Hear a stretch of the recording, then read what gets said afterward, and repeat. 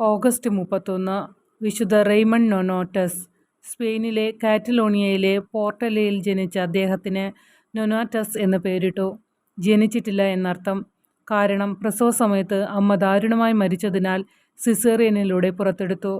റെയ്മണ്ടിൻ്റെ ആദ്യകാല ജീവിതം ആഴമേറിയ ആത്മീയതയിലായിരുന്നു. ബാഴ്സലോണയിലെ മെർസിഡേറിയൻസിൽ ചേർന്നു. സെന്റ് പീറ്റർ നൊലാസ്കോ സ്ഥാപിച്ച ഈ മതക്രമം മൂറുകളാൽ അടിമകളാക്കിയ ക്രിസ്ത്യാനികളെ മോചിപ്പിക്കുന്നതിനായി സമർപ്പിക്കപ്പെട്ടതാണ്. നൊളാസ്കയെ പിന്തുടർന്ന് ഈ തടവുകാരെ മോചിപ്പിക്കാൻ റെയ്മണ്ട് പ്രാഥമിക മോചനദ്രവ്യവുമായി അൾജീരിയയിലേക്ക് അപകടകരമായ യാത്രകൾ നടത്തി. എന്നിരുന്നാലും തൻ്റെ ദൗത്യങ്ങളിലൊന്നിൽ റെയ്മണ്ട് ഒരു പ്രതിസന്ധി നേരിട്ടു. ഫണ്ടുകൾ തീർന്നു. പലരും ചങ്ങലയിൽ തുടർന്നു. നിരാശപ്പെടാതെ മറ്റുള്ളവരുടെ മോചനം ഉറപ്പാക്കാൻ സ്വയം ബന്ദിയായി. തടവിലായിരിക്കെ സുവിശേഷ പ്രഘോഷണം തുടരുമ്പോൾ റെയ്മണ്ടിൻ്റെ ധൈര്യം തിളങ്ങി. ഇത് നിരവധി പേരെ മതപരിവർത്തനത്തിലേക്ക് നയിച്ചു. ഈ പ്രവൃത്തി പ്രാദേശിക ഗവർണറെ രോഷാകുലനാക്കി.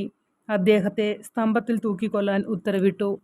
ഉയർന്ന മോചനദ്രവ്യം കാരണം റെയ്മണ്ടിൻ്റെ ജീവൻ രക്ഷപ്പെട്ടു. പക്ഷേ അയാൾ ക്രൂരമായി പീഡിപ്പിക്കപ്പെട്ടു.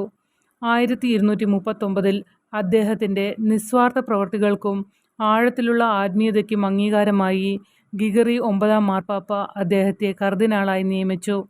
എന്നാൽ അടുത്ത വർഷം റോമിലേക്കുള്ള യാത്രാമധ്യേ അദ്ദേഹം മരിച്ചു.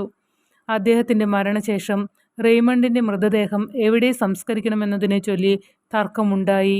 ദൈവിക ഇടപെടലിൽ വിശ്വസിച്ച നാട്ടുകാർ അദ്ദേഹത്തിൻ്റെ മൃതദേഹം അന്ധനായ ഒരു കോവർ കഴുതപ്പുറത്ത് വെച്ചു.